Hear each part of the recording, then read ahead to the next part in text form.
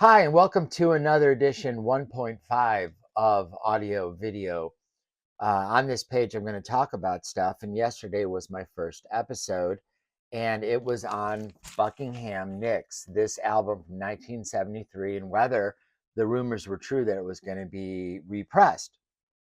So today, we got confirmation on a billboard that has popped up in Los Angeles with the cover of the album uncensored and a date at the bottom, September 19th.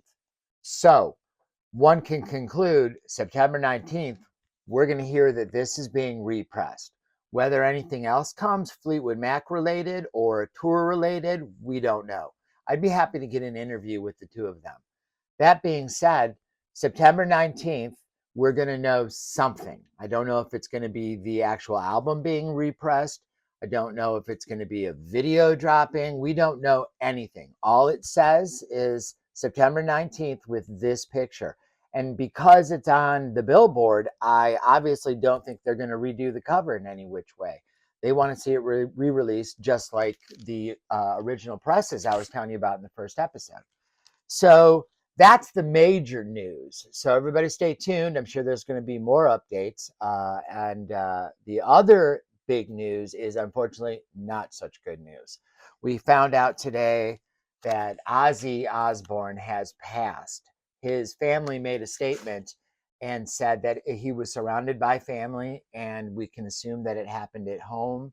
We can assume that it happened Monday. I'm sure there's going to be way more confirmation, but I was at work today when it hit, and it's one of those things that I'll never forget. I'll never forget when certain celebrities pass away if they meant a lot to me.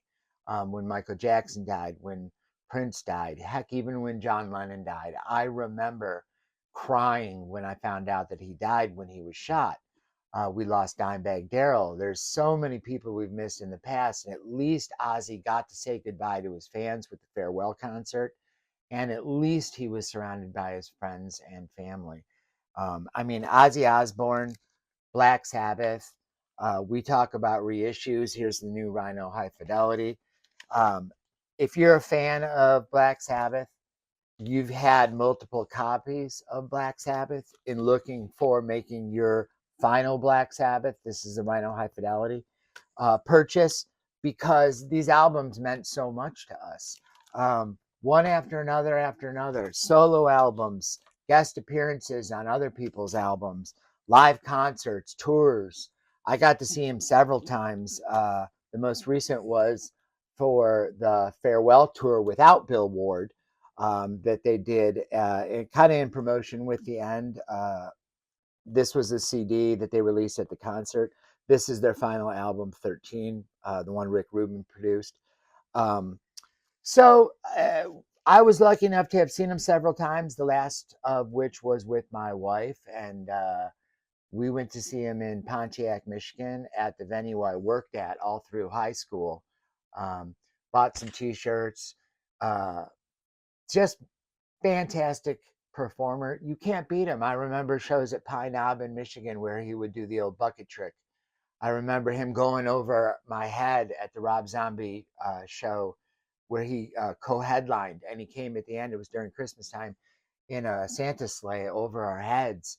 I mean, the man is legend. It's just legend. It's crushing. I was sad all day today. I'm happy we got to see that tour. I've got some ticker tape that they dropped from the ceiling.